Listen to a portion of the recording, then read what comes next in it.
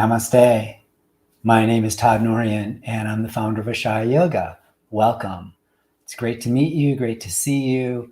And over the next few minutes, I'm going to talk a little bit about how to deepen our yoga practice. So yoga practice today it's so popular, and it's usually taught as a workout, as a fitness workout, which is fine. You can get a lot of stretch, you can sweat, and basically get some cardio, but then it just remains at the physical level, which is fine. Nowadays, yoga is used as a way to enhance our sports and the performance in other sort of things that we're doing, when yoga really has so much more to offer, which we know. And yoga originally in the yogic text was described as union with our source consciousness. And asana was really only a small portion of that practice. The postural experience of the asanas was only a small part of it. That the majority of it was focused on meditation and how to actually achieve deeper states of consciousness, how to absorb ourselves into the one infinite energy. And so asana then was used as a way to loosen up the body, to be able to sit for longer periods of time with less pain. So how to take yoga deeper? And Ashaya Yoga, which is the yoga that I founded, it means abode of the heart, is one way to go deeper with yoga, because Ashaya is the integration of body, mind, and heart. Also in the yogic text, it says that there's not just this one physical body, that we actually have 5 bodies. The physical is just the one that you can see and touch. It's really the most superficial. There are 4 other bodies underneath that, like nesting dolls, that really need to be addressed in the pursuit of happiness, in the pursuit of freedom and joy in this life. So physical is good, but it's just one part of it. So these are called the pancha koshas, or the 5 sheaths.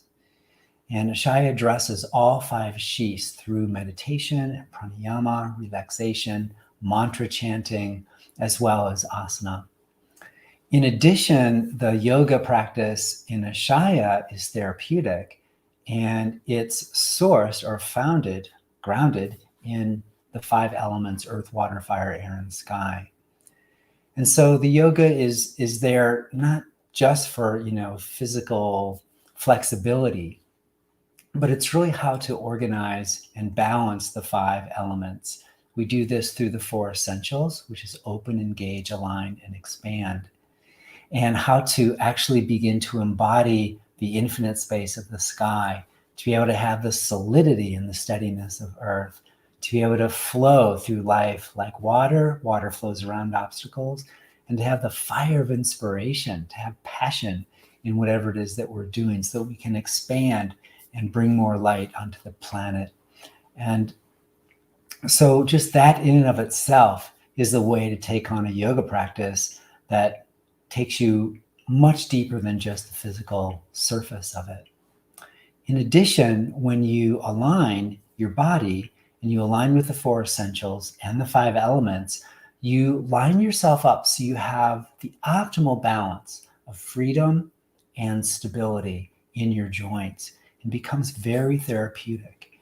Usually pain in the body is caused by some muscles are too tight, other muscles are too loose. And so we seek to find the balance. And so the yoga becomes not just something that we do to sweat and get our aerobic workout in, but to actually line up our body so that we can age more gracefully, and we can actually move through life with a lot more freedom and less pain. Many yoga practices today are about stretch. You stretch and you stretch and you stretch. And of course, flexibility is a wonderful thing. Ashaya focuses on the balance of strength and flexibility, stability and freedom, because our bodies are pretty much out of balance from different poor postural patterns. And so oftentimes, if you go to yoga classes, there's not an emphasis on the alignment of the body and aligning with the 5 elements: earth, water, fire, air, and sky, that you just work on getting flexible.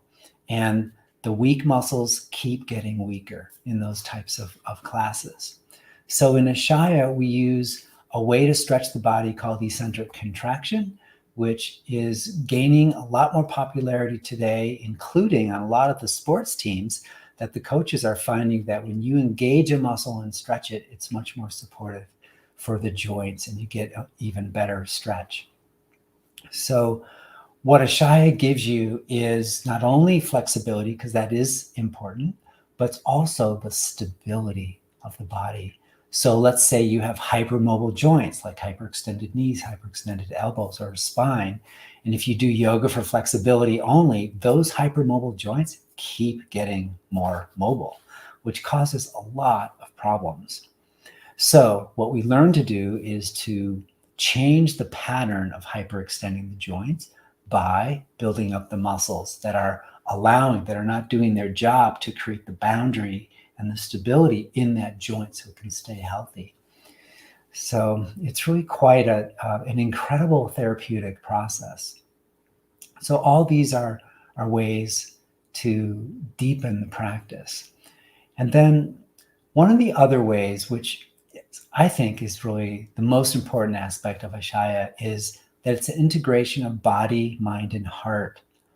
That it's as much about the heart and the mind and the thoughts and our beliefs and our intentions and how we speak and our intention for kindness, or how we get wrapped up, or how we function if we get stung by somebody and we're like in our wound or we're spinning out and we don't know what to say or do. And so the practices in Ashaya take the yoga to this much deeper, more subtle level. And the place where the mind exists, mind is so much more subtle than the physical body, but it's considered more powerful than the physical. And it's a few of those layers deeper, in the 5, nesting dolls. We're going a little bit deeper in the mind, deeper than the physical body, is that we need to balance the mind as well. So in yogic psychology, we talk about 3 aspects of the mind, and these 3 aspects need to be addressed and need to be balanced so that they're all doing their job effectively. And that's where you can, make really clear and good decisions. So there's the manas, which is sort of the data collector. It's the thinking process. It's also like retrieving memories from the past. And then there's the ahamkara, which is the literally I maker. It's the ego that makes everything personal about itself. And that has a function too. And then there's the buddhi, which is the highest form of the mind, the highest aspect, that is the decision maker. So when the mind is out of balance, what can happen is that we start making decisions based on memories of the past, based on our expectations, or we make decisions where the ego is in charge of it. And it's never going to be a clear, never an optimal decision when those 2 parts of the mind get involved. We have to understand that the ego and the sort of data collector are in service of the higher mind. And when each of them does their role and does their part, then we can start making decisions from a space of clarity. And, how do we discern all that? How do we know what's what? Well, it takes some study, it takes some practice, and it takes our capacity to do additional practices, not just asana, which is great for the physical body, but what about the mental body? What about the emotional body, the wisdom body, and then the bliss body? So we do practices like pranayama, mantra chanting, and meditation, and shavasana, deep relaxation. And together as a whole, these practices create what I'm calling the Ashaya path. And the Ashaya path is immersed in the empowering philosophy of non-dual Shaiva Shakta Tantra. There's many kinds of Tantra. And don't worry, it's not about sex. This Tantra it means to weave, to bring back together, to weave back together the dispersed parts of ourself into a meaningful integrated matrix of relationship. Basically, it's the path and the technology of consciousness. And how can we go through life and be so absorbed and so joyful and seeing life clearly for what it is? Will we rise up in the face of all the different challenges that we all face today, instead of being victimized by it? You know, if we really believe that life is happening to us rather than life is happening for us, which means life is supporting us, then we take one of two roles, and sometimes both. We take the role of the victim, meaning that we keep ourselves very small because we put the blame outside of us. We have no power in the victim role. Or we become the victimizer, and then we inflict this pain and suffering onto everybody around us. So when your body and your mind and your heart are balanced, you have a clarity of vision and a clarity of purpose. And so often in today's world, we've kind of lost our vision. We've lost our purpose. And I can see why. Like most of us, our heads are just in our devices and on, filled with the media and all that. And we lose a sense of deeper connection, our connection to our soul, our connection to our purpose for which we were born. And that's what I'm talking about when I say, how can we deepen our practice? Because when you go deeper like that, deeper than just the physical, and the physical is important, you start to clarify why you're here. And when you know why you're here, your purpose gets so clear. You become super effective in life. You feel like you're serving an energy bigger than yourself. And that's when I believe we do our best work. And that's when we serve and uplift people around us. So I want to finish by talking about another way which you might not have thought of to deepen your practice, and that is to learn how to teach. So as soon as I started teaching yoga, my practice just increased so much, because in telling someone else, showing someone else like how to move the body, I had to figure out what came first. And I would tell people to go into like the triangle pose, but I didn't first tell them how to set up their foundation or set their feet. And as I was guiding it, I was training myself. It's like, oh my God, this is sequential. One thing comes after the next. And what happened is my body started to become more and more refined. I think there's a deep connection between the articulation of the practice and doing the practice. And the more you learn how to articulate and get clear, you have to know it inside and out yourself. I also think that by articulating it, we have to find the words to show someone how to do the practice, that there's a connection, a psychosomatic connection between the language center of the brain and the physical body. And as you refine how to tell someone how to do it by finding the words, your body starts to understand it yourself, and you start to get better and you go deeper in your practice.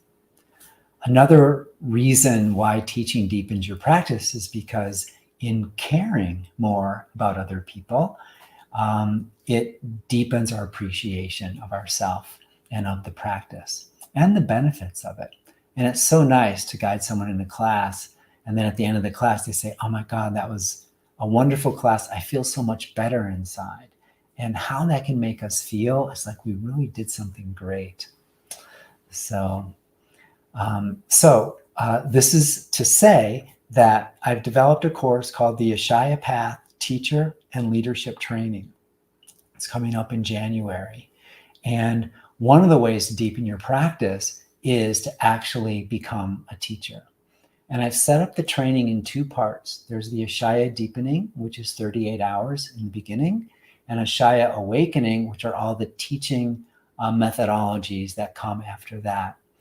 And I have a lot of students who come in, they take the Ashaya Deepening, and they love the journey of transformation. They love all the leadership components, and there are so many of them. How to be a good leader. I think the key thing is learning how to listen, how to hold space of the heart for other people. That's one of the leadership skills. And what happens is their practice really deepens. And then they want to take the whole course. And so I've had students come in, they're not interested in teaching. They want the transformation and they want to develop themselves more fully. So they come in as a student and they do the sort of student role throughout the whole training. And at the end of that training, they just commented on how wonderful they felt and how much they got and how much learning and training they got. And for those that want to teach, then as you learn how to actually articulate the postures, you get that psychosomatic sort of embodiment to really understand the technique. Just try telling it to someone else. And we take a big part of the Ashaya awakening is to learn how to language the method and how to understand the sequence of the instruction so that we really take someone in a systematic, seamless flow from start to finish through each posture and then also throughout an entire class. So either way, just by taking the course and being a student, your practice will deepen. Plus, they're almost all on the weekends, and we go really deep. Like the hours in the weekend are about 12 to 14 hours, which is really a deep dive. It's like going into an immersion of yoga and study and studentship. And then the community that forms is so awesome. So if that sounds interesting to you, I want to invite you to join me and my co-teacher, Cheryl Chafee from Sarasota. We're going to do an Ashaya Path introduction Q&A with a lot more detail about what's involved in the training next Friday at 5 o'clock Eastern time. So you can go to ashayayoga.com and register for that. So if you are interested, please come. It's going to be a very informative session. We will take any and all questions. And if you have more questions about what I said tonight, then you can ask those as well. And then also feel free to email me at any time at info@ashayayoga.com if you have questions. I'm actually, even for those that are seriously considering it, but they're a little bit on the fence, that you could arrange a one-on-one call with me. And I'm happy to help you sort through that to see if this is the right time for you and if this course is a real fit for where your heart is. But I always say this, if you feel heart moved, do not hesitate.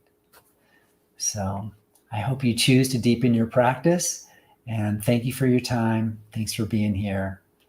And may you stay open, engaged, and aligned with your heart. Namaste.